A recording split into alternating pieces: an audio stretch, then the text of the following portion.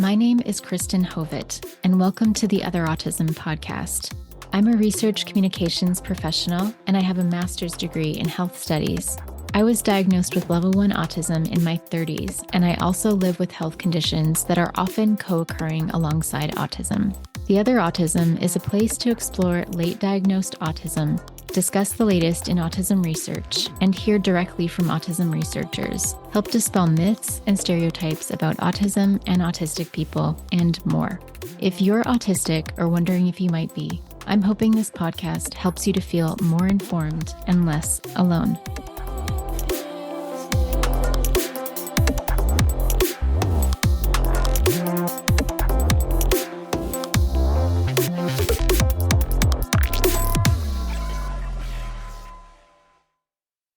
Today, I'm speaking with Sarah, a gardener, musician, and former teacher in Pennsylvania. But before I share our conversation, I'd like to thank Roberta for buying me a coffee through the Buy Me a Coffee link.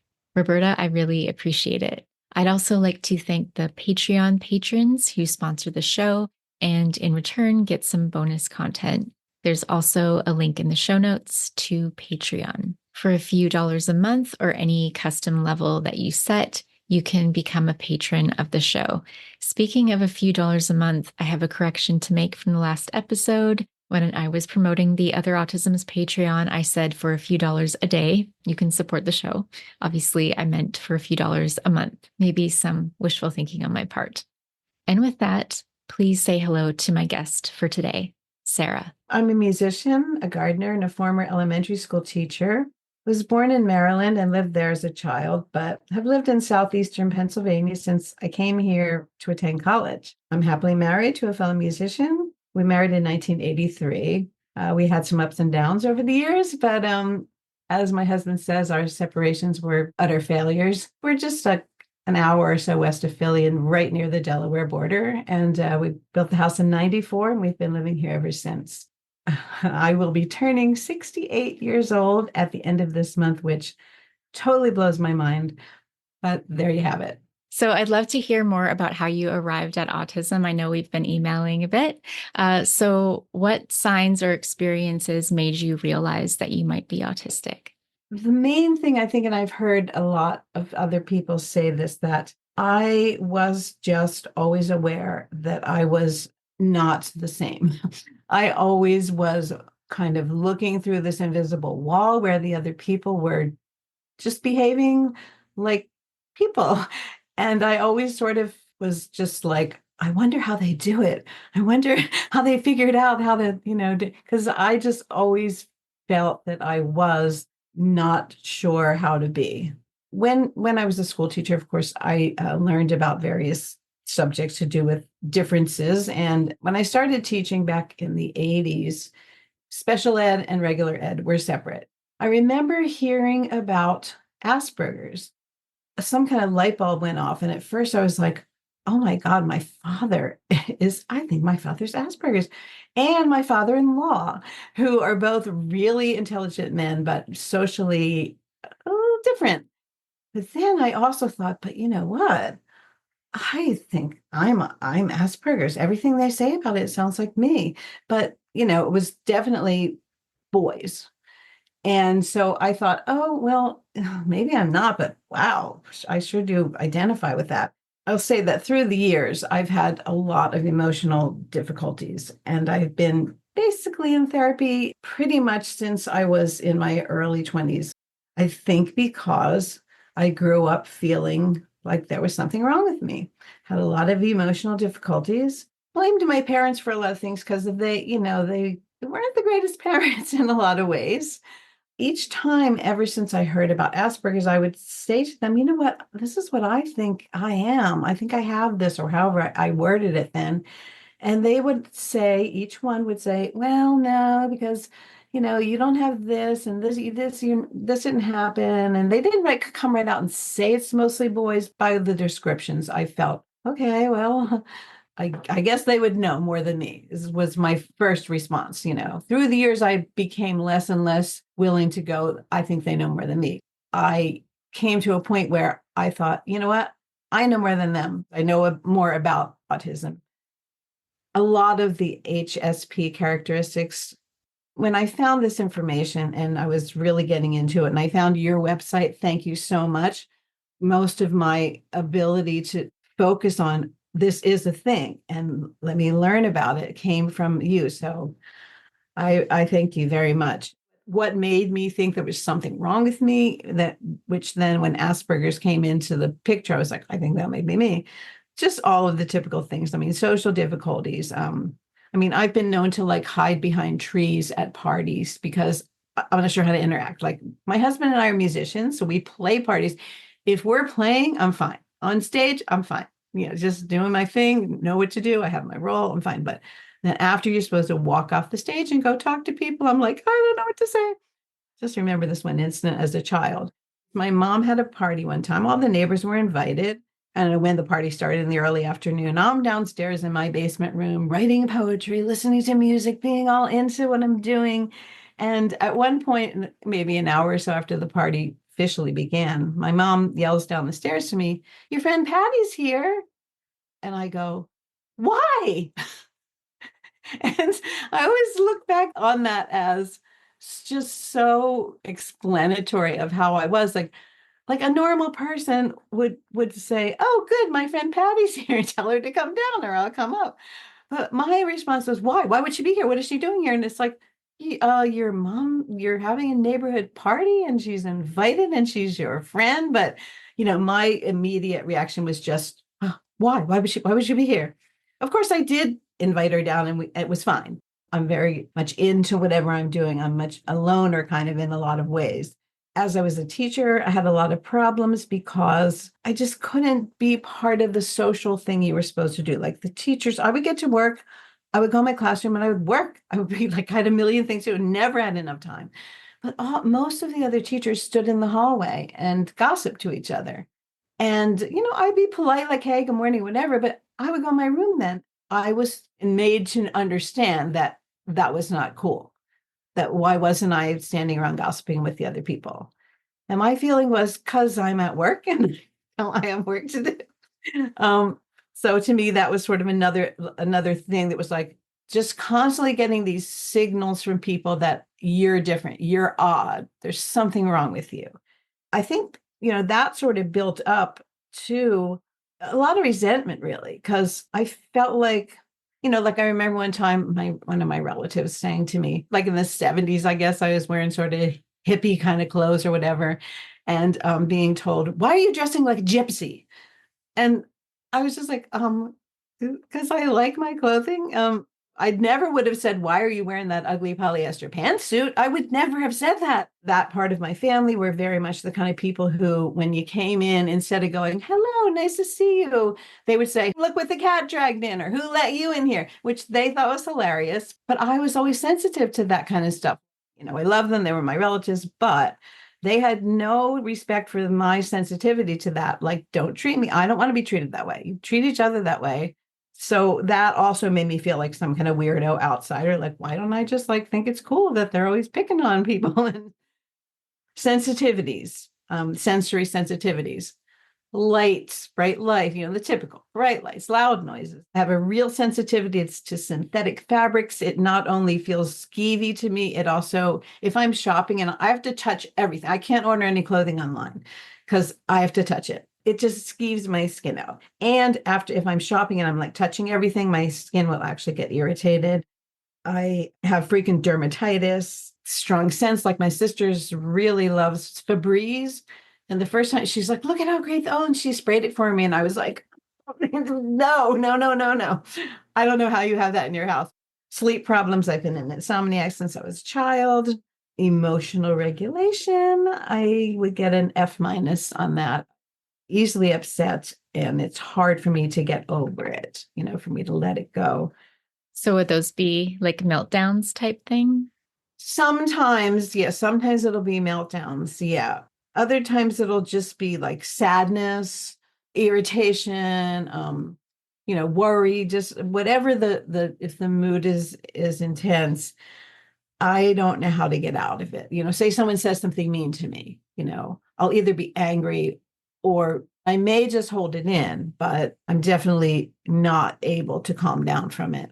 Executive function difficulties. I've read that that's sort of considered one of them, but time management, I'm really bad at. And when I was teaching it, it was always like some kid would raise their hand. They'd be like, "It's time for gym." And I'd be like, "Oh, no, seriously." I was so into the social studies lesson. I had no clue, it's sort of this weird paradox because on the one hand, I get so involved in things that I'll sit at my computer, for 6 hours at a time and not even know it. But on the other hand, many other things, I jump between things. Well, even at my computer, actually, I jump between various things. It's hard for me to stick to one thing. I go out in the garden to do one thing, and next thing I'm doing 10 other things. I'm deadheading that. I'm weeding out, and I never even get to where I was going. Self-soothing, I've always picked at my skin, which is, I hate to talk about it, but I feel like Raising my hand. Me too. Do you do that too? Yes. Yeah. Okay, I feel less bad. What I normally do is there's this weird hypervigilance where if I'm sitting watching TV, especially it's the worst time, I am just constantly touching my skin all over it to find if there's this imperfection, it's got to be picked off. Well, picking it off just makes it bleed. It makes it worse, but I just have to get rid of it. Stimming toys, sometimes that does Oh, help. I have heard on your podcast you discuss those, and I have been meaning to try that out. So I'll have to do that. The weird thing is, a lot of these things, in some ways, I'm really good at it. Like I'm really good. Like I'm a really hard worker. I'm really focusing. I'm really. But on the other hand, there's the other side to all of these things where I'm also terrible at them. So special interests, I'm super. I don't know if it even counts as special interest because I get the impression you're supposed to have like one or two, but I have like 10, I think that's more common for like level 1 and high masking. Yeah. Mhm. Okay. It's almost like anything that I get into. I really love old movies. So if I watch an old movie and I'll see like, a car or a building or the next 3 hours, I'll be investigating New York City skyscrapers and where that building, finding exactly on the map where it is and, Yeah. go that sort of The thing. autistic rabbit holes. Yeah. Yes, exactly. I've always been into the Beatles. I was like about 7 years old when the Beatles came on Ed Sullivan, and I've just been a lifelong fan and fanatic. And so I have a massive collection of Beatle photographs I've downloaded from the internet, and they're in order and by year and by, not by date, by exact date and by exact event and that sort of thing. One that's sort of a problem for me is words and language. And I have read a little bit about this, that this can be something that autistic people experience. I am hypersensitive to incorrect grammar, even though I'm sure I use a lot of it myself. When I hear it on other people, certain things and I drive my husband crazy because anytime on television they say a wrong thing, I say the correction. My dear sweet husband is so patient. He just laughs, or he'll ignore me or something, but I've always been that way, but in the past few years, it's gotten to almost like very distracting. And sometimes, depending on my emotional mood at the time, I will get to where I can't speak or I can't write because every single word matters, especially if it's something important, like if it's something, there have been a lot of issues between my family members. And if I try to write about something like that, I am just like, oh, so.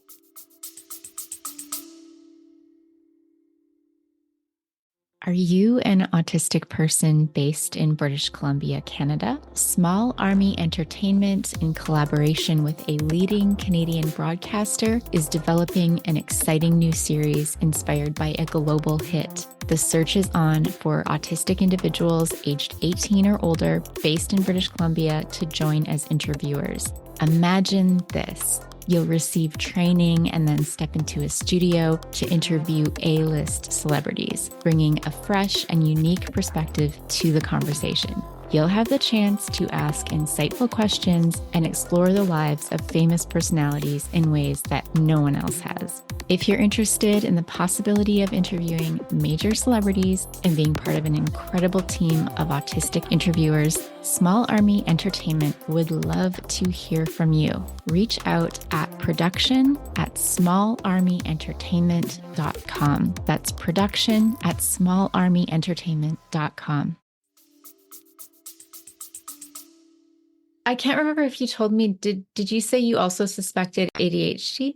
There have been so many diagnoses over the years, just OCD, bipolar, regular depression, anxiety, just everything. It's just and one thing after another. You talked about being a teacher and how you were different from the other teachers in terms of like relating. But I would imagine that is a difficult job when you have so many sensory issues and when there's so much to process. There's so much stimulation just from everything that's going on. So, how did you handle that? Not very well. I feel like my autistic traits have been exacerbated and have become more problematic, more noticeable over the years. Because I don't remember, like as a kid, like being bothered by bright lights. But, for instance, that was one of the issues I had in school because I was sort of considered like a troublemaker teacher because I would speak my mind about things that I guess you're not supposed to. But one of the instances was assemblies in the auditorium. The principal would leave the lights on the kids, on the crowd, when they're supposed to be watching a performance, a play or a talk or whatever. You put the light up there and you dim the lights down here. That's kind of a real good cue. And the kids aren't seeing each other as well and they're focused. But she had this thing about she wanted to see what the kids were doing. And I not only thought that was stupid, but I was really bothered by the lights in my eyes. I spoke to her about it and she was very, just had no interest in hearing what I had to say about it. I didn't, though, and maybe I would have if I'd known, because I didn't know at the time. I would have maybe said to her, look, I have sensory issues and this is very problematic for me. Like, can I wear my sunglasses? Or if you are not going to, do this for the logical reason, at least I need to do something about. I might have known to say something or do something, but instead it was just this constant, like, upsetting thing for me. Like, why are the lights on? And then of course noise, the kids. I was very well liked by what we call, I don't know, I think you're Canadian.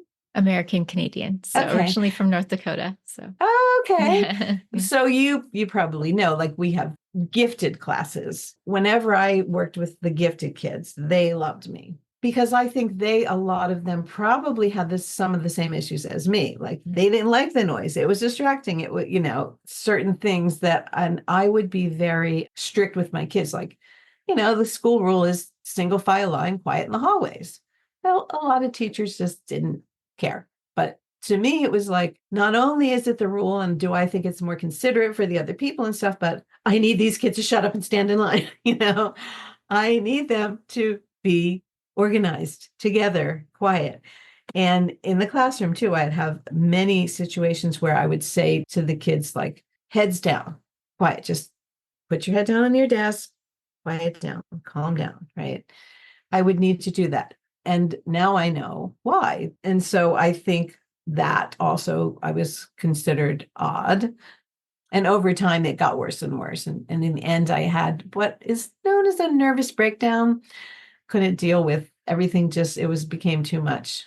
I honestly think if I had known about my autism when I was in college, I would have chosen a different career. I loved so much of teaching, but I guess for the reasons we're discussing, it really wasn't the best fit for me. From email exchanges, I know you have a very different opinion about being autistic than I do. So while I personally don't want my autistic brain changed at all, nor would I ever, I would want some of the co-occurring health conditions related to autism taken away. So I have talked about these before, I think, on the podcast. But for new listeners, these would specifically be hypermobile Ehlers-Danlos syndrome and mast cell activation disorder, the last one being the most troublesome for me. Tell me again I learned about that from your podcast, but I'm not exactly sure I remember the details. So it's an immune system disorder. Basically, the mast cells, which are immune cells, are overactive. Sometimes people have more of them, but I think usually it's just they're overactive. So all of us have different triggers. So for me, it's certain types of foods and ingredients that will set off, like will trigger it. So I spend a lot of time just like dealing with reactions and trying to stay away from things. Okay, so is it like allergic reaction sort of? It looks like an allergy, like to another person, it would be like an allergy. It looks like an allergy, but it's different. Like the pathways in the body are different a little bit. Like there's some similar things. And that's why it's so hard to get a diagnosis for the most part, unless a doctor really knows what they're looking for. But it often goes together, apparently, like the Ehlers-Danlos, autism, mast cell often goes together. So Wow. I would just love to be able to, get some kind of genetic treatment or something where it Yes, just kind to of like for those removes it. things, not to, Yeah. Yeah. Not to touch anything up here. but So, right, exactly not how yeah. your brain works, but Yeah. those issues. Yes, I Yeah. can understand that. But I do feel also when I'm reacting that I feel more autistic, if that makes sense. Yeah, So yeah, sure. So to get back to your email, you wrote, quote, while I love that you talk about seeing the strengths we have and that we don't need fixing, honestly, I'd love to be fixed, end quote. So I totally respect that we have different stances on this and, different backgrounds. But I'd love to understand why you feel this way. Can you remind me when you were diagnosed, how old you were? So it was 2 days before my 39th birthday. So a few years ago now. Okay, so that's considered pretty late. Yeah. I think for me, if I had been diagnosed earlier, like I'm going to be 68, as I said, it was around, I think when I was 63, maybe 64, and a few years ago, that I was finally, and I self-diagnosed because, I spoke to my psychiatrist and my psychologist, someone else who basically, and the information I got from you, the information, other information online, I just felt I don't need anyone to tell me. I know what this is. But my parents were wonderful people in their own way, but they weren't the best at handling emotional issues. There's a lot of mental illness come down through both sides of my family.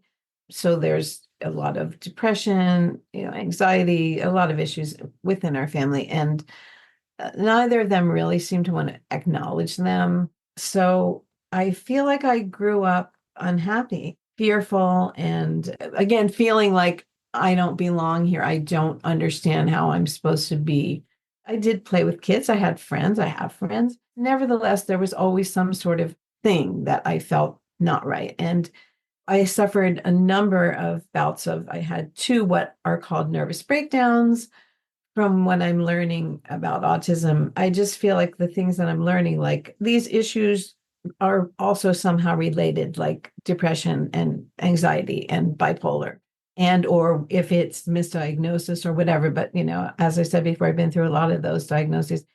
Just a number of episodes of suicidal depression, like very, very dark. Just a lot of struggles, just being made to be known, whether however people did that, if they said something or they just in some way indicated that, for instance, the people I worked with when I was a teacher, I got along with everyone fine. And there was a couple of people I was close to, but I was definitely sort of thought of as a weirdo.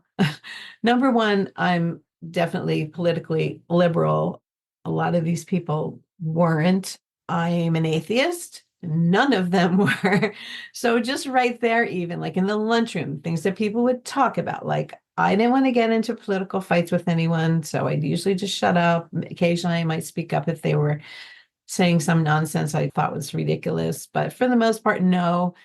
They would just sort of make comments. Sarah, she's blah, blah, blah. And of course, I never said anything for the most part. Occasionally, I might give a little snappy comeback, but mostly I was just like, oh God. But I was angered, which is probably why I didn't say anything back because I didn't want to, get into anything. But it made me angry that people just felt it was okay to somehow act as if there was something wrong with me because I wasn't like them. And I think I had a lot of very hurtful things, and I ended up, I guess, building up a lot of resentment over the years. I guess why I would want to not be autistic is because I would want to go back in time and not be autistic so that I wouldn't struggle with these things that I struggled with. Does that make sense? Yeah. I guess my next question would be, do you think then that's more to do with like living in a neurotypical society or one that values neurotypical traits over Yeah. neurodivergent traits. Yeah, 100%. I don't mind being what I am. In a lot of ways, I'm happy. I love that can get into subjects. I love that my IQ is very high. At least it was, probably isn't anymore. But yeah, no, I think that's a good point. I think it is not so much the autistic traits, it's the reaction to them and the experience and the difficulties I've had throughout my life that if I could have not had them, then I might have been a happier, more successful, productive person. Because what happened to me in school actually was I burned out because I am so dedicated to my work and so interested. I would at one point was spending like pretty much 18 hours a day on schoolwork, in school, stay late at school, bring work home from school. I was sleeping like 3 hours a night if I was lucky. That really burned me out. And the other issues we discussed, feeling like this outcast, and it took over my life. And I was, had little time for other things. The only thing I was able to fit in was my husband is a musician and I'm a musician, and we've played in a lot of bands and played a lot of gigs and stuff. So that fortunately I did get in there and do some of that, even throughout the worst of times. I mean, when I was in my deepest depressions, they would drag me on stage and I would be able to play, and then I'd go back in the van and hide until it was time to correct papers, and then it'd be time to go home. My husband would pack up, they would pick up the gear. I guess that answers the question. Are you ready to embark on a journey of self-discovery and empowerment? Join us on the Mindfully Gay podcast, where we, Jerry Bowie, John Cottrell, and Nick Walton, dive deep into the heart of queer identity. We explore what it means to live authentically in today's world. Whether we're discussing the concept of queer spirit, sharing our coming out stories, or navigating the complexities of gay friendships and family dynamics. Our podcast is more than just conversation. It's a space where vulnerability meets strength and where we celebrate the unique contributions of the LGBTQ+ community. Tune in to the Mindfully Gay podcast on your favorite platform. Yeah, it's curious to hear others' experiences because I feel like I grew up feeling similarly to you. I'm trying to see like where or why I'm so like pro autism or like I'd love to keep it kind of thing. And how I'm almost offended when I hear that people are trying to find genetic cures or something. Cure. Yeah. Because it's almost like the same thing eradicating women or something, because so socially like women have had it harder, so, and sometimes you hear women say, I wish I was a man. So to me that kind of sounds similar, but I do, what you're saying is completely understandable is what I'm trying to say. But Okay. I guess like I'm trying to see or figure out why in my head, like I see the autism as like the good part, I guess. Mm-hmm. And the other things as sort of the troublemakers but at the same time, I know that being autistic has led to the same challenges or similar challenges where, people make little comments. And for me, I'm lucky and privileged in the sense that I wasn't like bullied, directly bullied and things like that. But I was high masking. So there's a lot of energy in like, how does one do this human thing? Yes.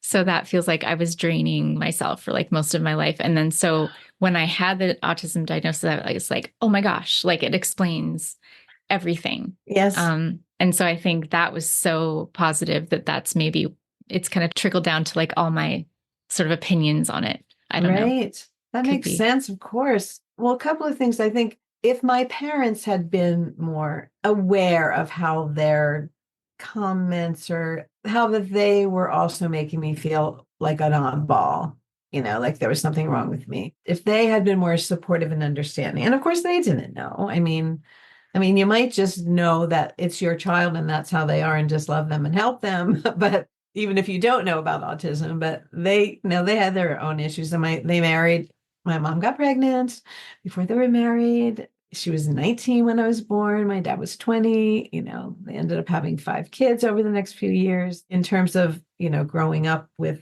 not having even that unconditional loving support from your parents, I think if I had had that, it would have been sort of a shield to maybe some of the outside stuff. I think too, like my negativity, I think when I wrote you, I was feeling especially negative because our whole family has been through a major spate of misfortune and tragedy over the past 4 years.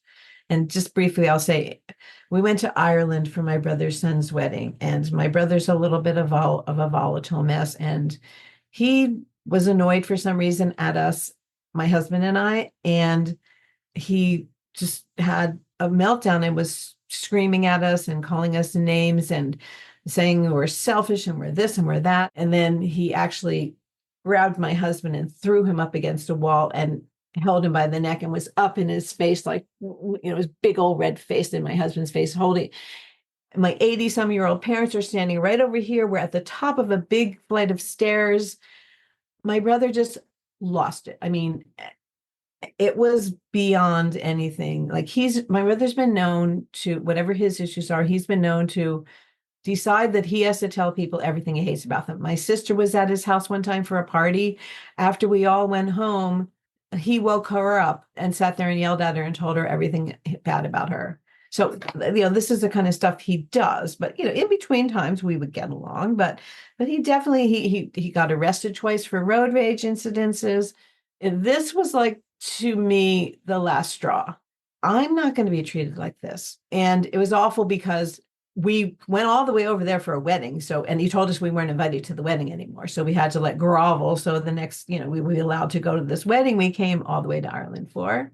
And of course, we were just completely uncomfortable because we were not really even sure what we did that upset him so much. Like, we irritated him by making some complaints about our travel because my husband is terrified of flying. We ran into a lot of trouble. We hadn't flown or gone overseas since 1999. Like, we really had a hard time, and we dared speak about some of it. I decided that was it. I basically told my family, I'm not coming to Christmas. I'm not coming to this or that. I'm not expecting you to uninvite him. So I guess we're not coming. My husband and I always did. That caused a lot of trouble. My other siblings took his side. How can I be so mean? He's sorry for what he did. Why don't you just let it go? And number one, he didn't apologize. Number two, even if he did, that's a start. But you got to recognize throwing someone up against the wall and grab by the neck. And that's just so far beyond acceptable behavior. And I don't want to be in a situation where if he might suddenly decide to do it to me, or, it was just like my stance for my own mental health, my own feeling of safety was, I'm not going to be around him, until he somehow says, I see what I did. I know it was wrong. I guess I need to get some kind of help or whatever, but no, it was all just, and it just turned into this, so this was 2019 in the fall. Then, of course, COVID, 2020. Then in the summer of COVID, my dad started getting sick. In the fall, my dad was diagnosed with pancreatic cancer. He died 67 days later. That was all a mess too, because helping my mom with my dad, he did hospice at home, and helping my mom was difficult because of all the estrangements and tension between members of the family. And then December 26th of that same year, my brother fell to his death in front of his 2 young adult children. He was helping them build this business, doing this batting cage thingy kind of business. He was up on some scissors lift that he didn't really know how to use. And his son said, don't get up there, Dad. But he said, no, let me just fix it. And he fell, bled to death on the floor in front of his 2 young sons. You can imagine. I'm estranged from him. Everyone's mad at me anyway. He's dead. Then people start, not quite exactly, but insinuating that somehow that was my fault because he was upset because I wouldn't forgive him or whatever it was. My mom would say things to me like about that, and it's just been, and then, then that same fall, my brother's husband got acute lymphoblastic leukemia. The next spring, my husband was diagnosed with prostate cancer, a very aggressive form of it. He's gone through surgeries and all kinds of radiation, all kinds of treatments. So we're dealing with that. Then the next summer, I had a back injury, serious back injury while gardening, such that I have a problem with my foot now. It doesn't work properly. And a month after that, my youngest sister was diagnosed with stage 4 uterine cancer. Now, right when I discovered your website, after the Ireland thing and the estrangements and stuff, and I was going through these suicidal depressions, and I was like, I've got to figure out what's wrong. My therapist, who I've been seeing for many years, I dropped her because when I told her about the autism, she was like, I don't really know about that. And I think we have other issues to work on. And I was like, no, you don't understand. This is the epiphany of my life. Like I said, when I read my husband all the stuff, he cried, and then he said, did you write that yourself? It was so, everything about the HSP autism, the whole thing was me. So to me, this was such an amazing epiphany. But my dad's dying, so I want to share it with them, and I sort of am hoping, expecting maybe it will help my family understand me a little more, like how this traumatic event in Ireland was not something I was just going to get over, that I think, having discovered it at that time, hoping that maybe it would make some understanding happen, and then it didn't. Then all of the stuff that came after that, after my knowing, then my husband's cancer, my sister's cancer, my loss of function, all these things that happened. I think that's all kind of tied up. It's like, not that I tie it to the autism, but it's almost like having discovered it at that time, and all of these issues that have happened along since then, I think has influenced my ability to figure out how to accept this, understand it. I mean, I understand it in terms of, it's definitely me, and how, looking back on things in my life, like, oh my God, okay, now I see what happened there. I guess that's what I'm trying to say, is I think that's part of also my sort of negative bent, even though it's really not fair, I think, to blame the autism. I'm just have been through so much lately, and I'm just trying to hang in there. I think that also just makes me, I guess, think back to the difficulties I had, and leading up to now. And it's like, now I could maybe handle the difficulties now if through my life I'd handle difficulties better. I think maybe that's a Right. big part of it. I just want to be clear that I have no judgment that you think that way, like at all. So I just want to make it clear, because I think a lot of listeners are coming from different backgrounds and different experiences, different families. So I think we're all going to see it differently. And I want to make that okay and acceptable, if that makes Right. sense. So I will kind of like say, oh, I don't agree totally, but I totally accept wherever you're at with it. So, Right. and that's true of anyone else listening. So I just want to be totally clear about that, because it sounds like you have had lots of family toxicity, I would say, Yes. and lack of acceptance and lack of understanding from like most people around you, except, thank goodness, your husband. Yes. Yes. But a lot Thank of people, goodness. it's been very, very challenging. So I Yeah. totally hear that. And I just want to acknowledge that. Well, thank you. I appreciate that. Mhm. I did want to mention something of interest, I think, maybe to your listeners and to you, after this discovery. And actually, the funny thing is, 10 years or so before all of this, one of my cousins actually discovered that her son was labeled at the time Asperger's, and she's married to a famous baseball player, so she had the access to write a book about it. Number one, it's in our family. My sister's oldest daughter also went through difficulties in school. First, she was called retarded, then she was different labels and stuff. They said, like, she'll never count money, she'll never do this. She can do all of that, she's fine. But in the end, I think they decided that she was Asperger's, or at least on the spectrum as well. So that's kind of interesting to me, in terms of like the fact that I do have it, because I understand it can be familial. Then a really interesting thing happened when I was still really struggling. This was last year, I believe. I do genealogy, which is another of my special interests. And a distant cousin, we just got to sort of communicating through one of the, maybe ancestry or find a grave or whatever. And then she said, finally, let's talk. So we finally spoke on the phone, and when I was talking to her, I was talking just like I am now, just talking really fast, saying other things and being like sort of nervous about it. But and I said to her, I'm really sorry. I said, I know I overshared.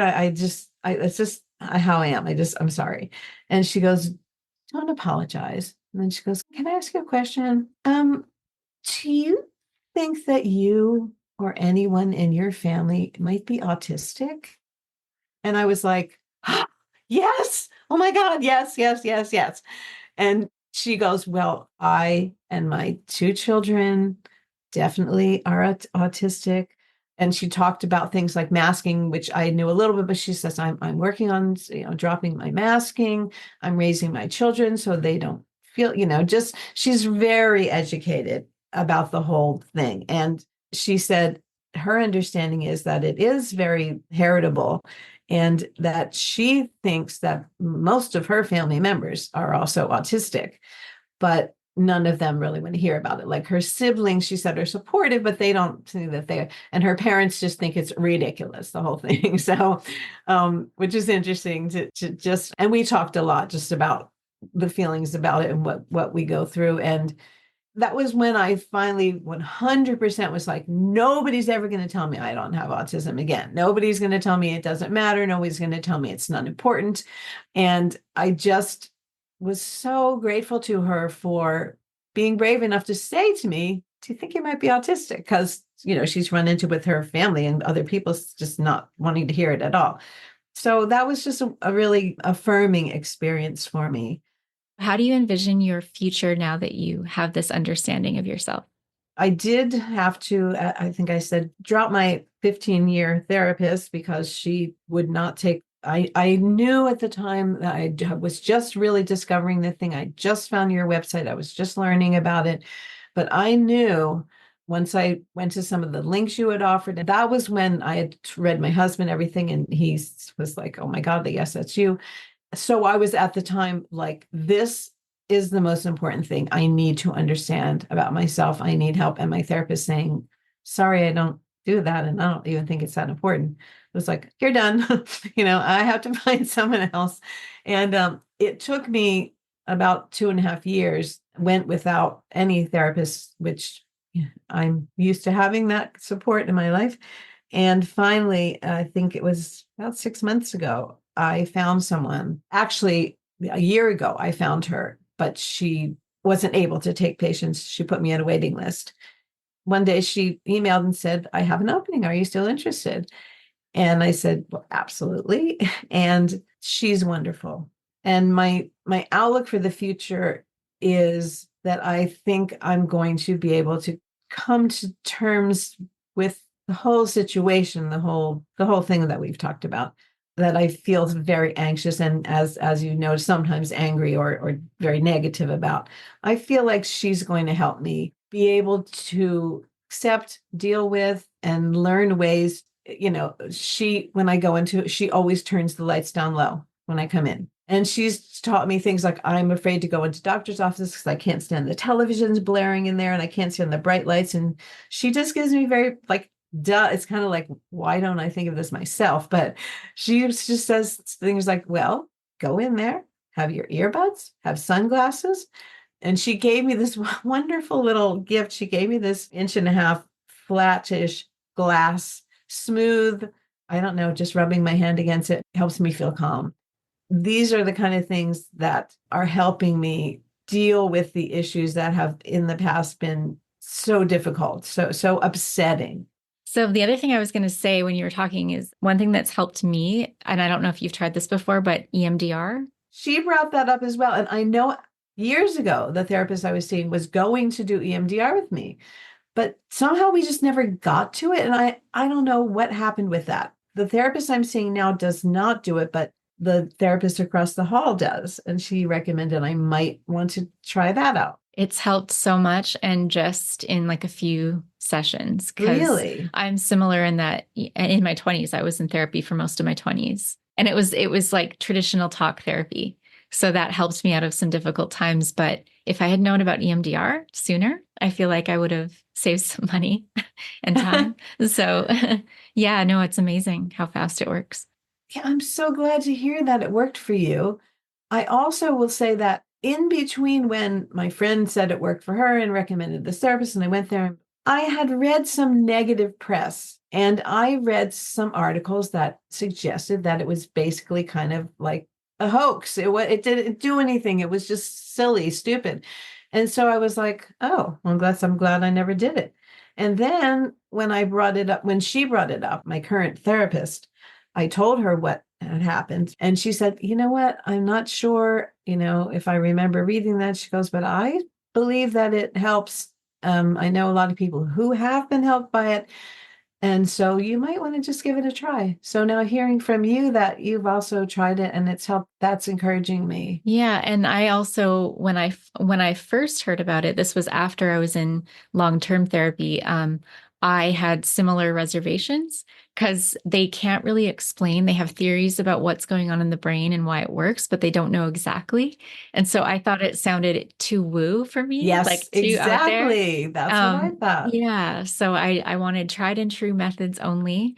And so I avoided it like the Science, science, plague. science. Yeah, exactly. And so I avoided it. And then I just kept hearing more about it. I had friends going into it as actual EMDR therapists, and then hearing all these accounts of it helping and so quickly. The one tip, if you ever do it, like a lot of them do the eye thing, and I find eye too much for me, maybe because of my own sight sensitivity. So I instead did tapping. Interesting. Well, another thing that scared me was when I first heard about it, it was described that you had to verbally express the trauma. And I was like, no, I can't do it. I can't talk about the trauma.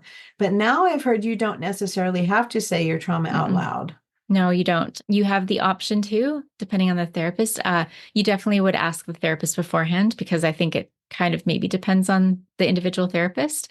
But my therapist, and from what I know, the majority won't make you say it. They'll get you to do before you even start the EMDR. You'll go through sort of like memories, but they'll just prompt you to think about them, and they'll write down like what that makes you feel or what belief has developed because of that trauma. And so Wow. that's all they know. They don't need to hear the dirty details of the, you don't have to rehash it to a new person, because I know that's hard after sharing with therapists over the years. You don't want to share again and again and again and again. So, Right. mhm. Okay, that's very helpful. Oh, I'm curious to know, you said you're a musician. What instrument or instruments do you play? I'm just curious. Well, mostly now I play electric bass.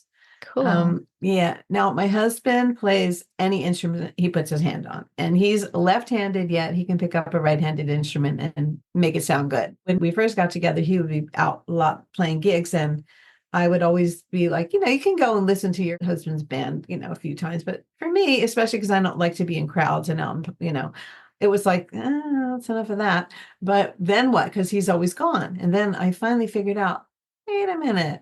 If I could be in the band and I would be out there with them, that would make it completely different. And it was funny too, because all my life I was attracted to musicians. My first real boyfriend was a musician. I finally figured out, I should have figured out. I say this to all young women. Like I was always looking up to these musician men and like admiring them, and which is fine, but it never occurred to me, instead of saying, oh, I want to be with that man, to be say, I want to be a musician.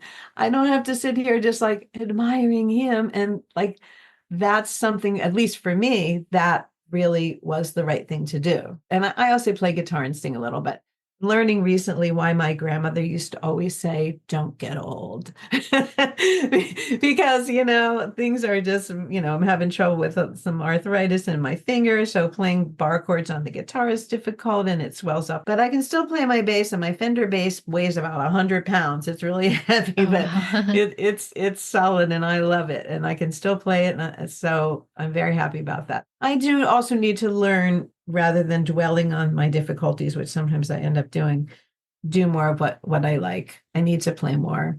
A huge thank you to Sarah for being my guest on the Other Autism podcast. And that's all I have for you today. Thank you so much for being here. Until next time, bye. Thank you so much for listening. If you enjoyed this podcast, I invite you to leave a rating or review and share this episode with a loved one. If you'd like to submit a question or message to listeners, please send an email. You can find the email address and more in the show notes.